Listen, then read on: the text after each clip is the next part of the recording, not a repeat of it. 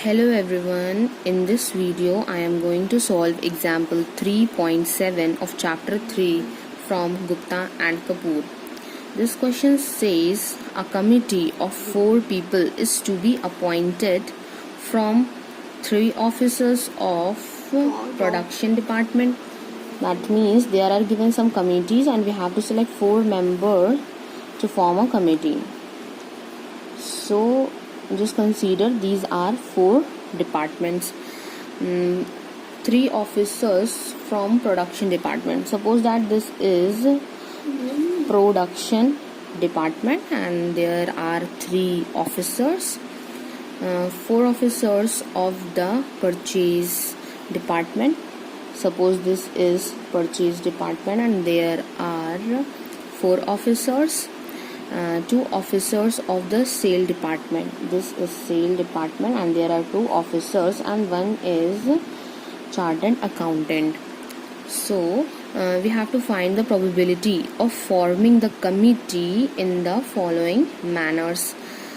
So अब ये जो हमें क्वेश्चन गिवन है, अब आपको समझ में आ गया होगा कि हमें 4 मेंबर की एक कमेटी बनानी है. ओके, सो यहाँ पे सोच समझ लीजिए कि ये एक हमारी कमेटी है जिसमें हमें 4 मेंबर्स लेने हैं. अब आपको ये डिफरेंट डिपार्टमेंट्स दिए हुए हैं और इनमें बता भी दिया है कि कितने ऑफिसर्स हैं अलग अलग डिपार्टमेंट में. तो यहाँ पे बोल रहा है कि आपको प्रोबेबिलिटी फाइंड करनी है. तो इसमें आपको 3 क्वेश्चन इसके दिए हुए हैं, 3 सब क्वेश्चंस. फर्स्ट में बोला है there must be 1 from each category, मतलब कि हर कैटेगरी से एक तो आना ही आना चाहिए, 1 कैटेगरी का एक होना ही चाहिए. तो सबसे पहले हम देखें, क्योंकि हमें 4 मेंबर्स की ही कमेटी बनानी है, तो इसका मतलब है कि टोटल नंबर ऑफ केसेस हम कैसे निकालेंगे. तो देखिए, टोटल नंबर ऑफ केसेस हमारे पास टोटल कितने पर्सन्स हैं.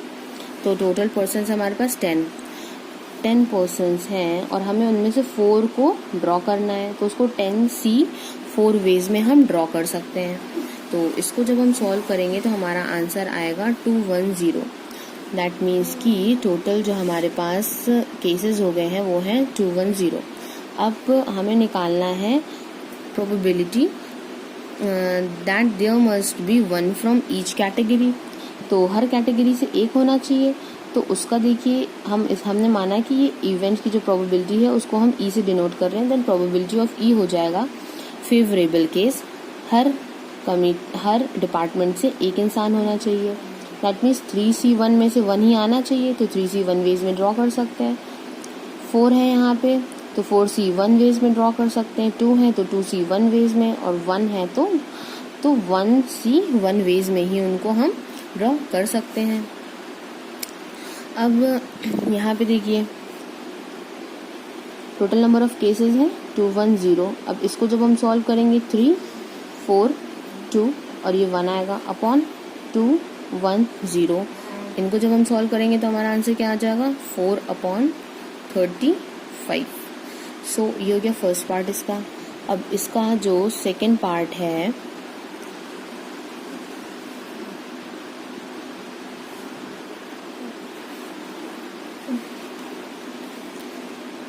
इसका सेकेंड पार्ट बोलता है it should have at least 1 from the production department.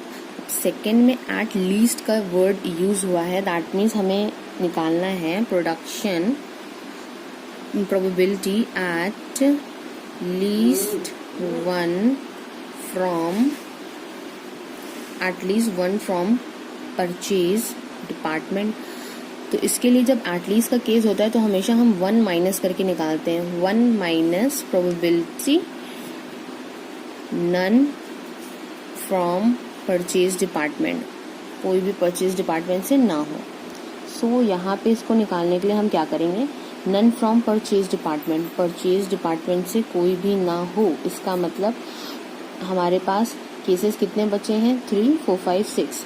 तो 6 में से ही हमको कोई 4 को सेलेक्ट करना है. तो ये हो जाएगा 6C4 वेज. तो हम 6C4 वेज में ही इसको कलेक्ट कर सकते हैं. और टोटल प्रोबेबिलिटी कितनी है, टोटल प्रोबेबिलिटी हमने निकाली हुई है, वो है 210. तो 1 माइनस, इसको जब हम सॉल्व करेंगे तो देखिए हमारा क्या आ जाएगा, फैक्टोरियल 6 फैक्टोरियल 4 6 माइनस 4 2 फैक्टोरियल हो जाएगा, और ऑलरेडी यहाँ पे 210 है हमारे पास, तो ये हो जाएगा 1 माइनस 5 6 4 फैक्टोरियल है, 2 फैक्टोरियल है, 1 अपॉन 210, ये 4 फैक्टोरियल से 4 कैंसिल आउट हो गया, देन ये 2 3 जा 6 हो गया, 1 माइनस 15 अपॉन 210। और इसको जब हम सॉल्व करेंगे तो हमारा आंसर फाइनल आ जाएगा 13 अपॉन 14। सो ये हमारा हो गया सेकेंड पार्ट।